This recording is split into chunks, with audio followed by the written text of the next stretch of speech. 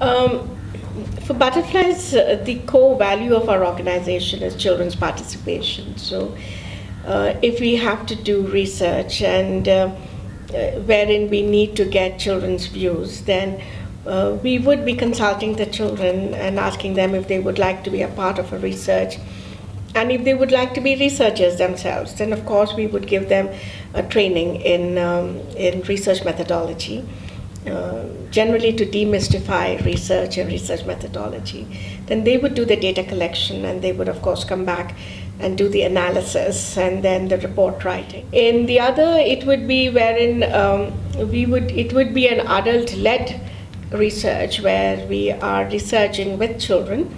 But again, here we would be consulting the children, and it's only if the children are comfortable and they feel, yes, they want to be a part of that research, would we do the research.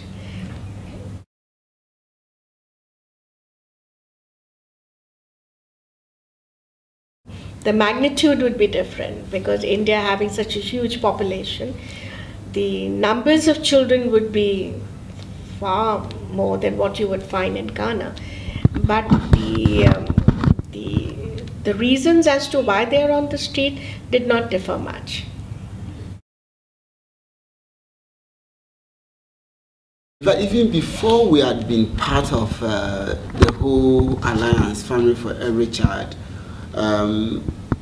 most of the participation that we had talked about had seemed tokenistic, I will put it that way, like as if child participation lives in an ideal situation, and sometimes you get children involved because we just want to get them involved, but to genuinely seek their views on board has not been as effective as we are seeing it now.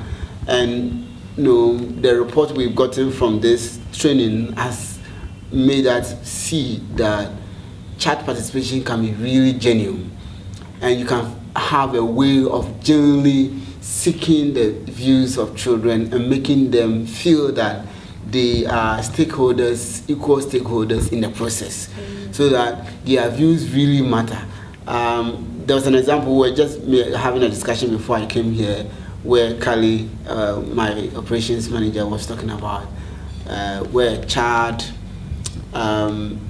gave an answer and thought that the adult must continue the answer. Yeah. And it was like, no, you are the one we are waiting for. And so they had to wait for this child then to go through and think through it and come up with the answer. Subsequently, anytime you answer a question, it was answering a question, and somebody, an adult, wanted to help, you say, no, just wait, I'll get it for you. So that instantly has a change on the child, and the child feels like, I own my views. Yes. And that's very interesting. And that there's no right or wrong answer. Yeah. It's a research. We are hoping to carry out a number of research led by children. So that's the ultimate aim that we are working towards. It has gotten a number of impacts on even the way we do things in our organization. So we are hoping that some of the feedbacks and the lessons will be incorporated into our own programming and how we involve children even in the process of designing our own program. So definitely you're going to see a lot of evidence of what has happened in our work, in various aspects. In fact, there's a discussion that's going on that we wish that this had come before the focus group discussion on the MDGs, because that we would have done it differently and even better if we had had this training. Yeah. A child-led research, what it does is that it helps a child to understand certain phenomena that is there in their lives, the circumstances, the issues, rather than the adults trying to explain it to them, but they themselves trying to understand why it is. It's also important for the adult to learn from the children that how they perceive a particular problem, and to them what would they think a solution to that problem would be. As adults, we normally come up with our own adult kind of solutions, which may be not one of the best, whereas the children can come up with a better solution to it. To give you an illustration, when we were discussing in India this whole issue of pedophiles, and if a father has sexually abused a child, then the child, of course, he goes to prison and he has to spend time in the prison.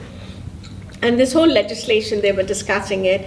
And the children were, interestingly, when we gave this whole draft legislation to them and asked them to go through it, and in their own life situation, how they would, what would they say the adult, what kind of a punishment the adult should have. And the kid said, you know, if it's our father, he should be punished. But don't send him away to the prison, because then who will look after us? We will be on the streets. So give him a punishment. He should be punished. He should know what he has done is wrong. But don't put him away, you know.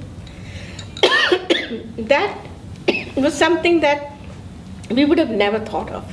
Never. Because they are the ones who then you know, seek the solution for a problem.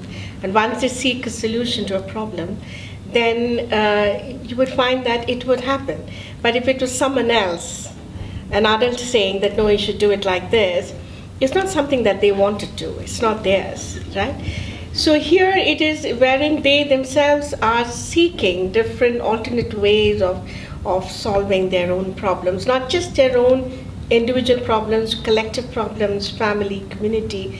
They do come up with some very, very creative ways of solving something which we cannot think of, you know. So I think child-led research has a lot of value. It adds value to an adult research. Mm-hmm. If you do an adult research on the same topic and at the same time you have a children-led, you will find that some of the analysis would be so different between the adult and the children. So it really adds value to the body of knowledge.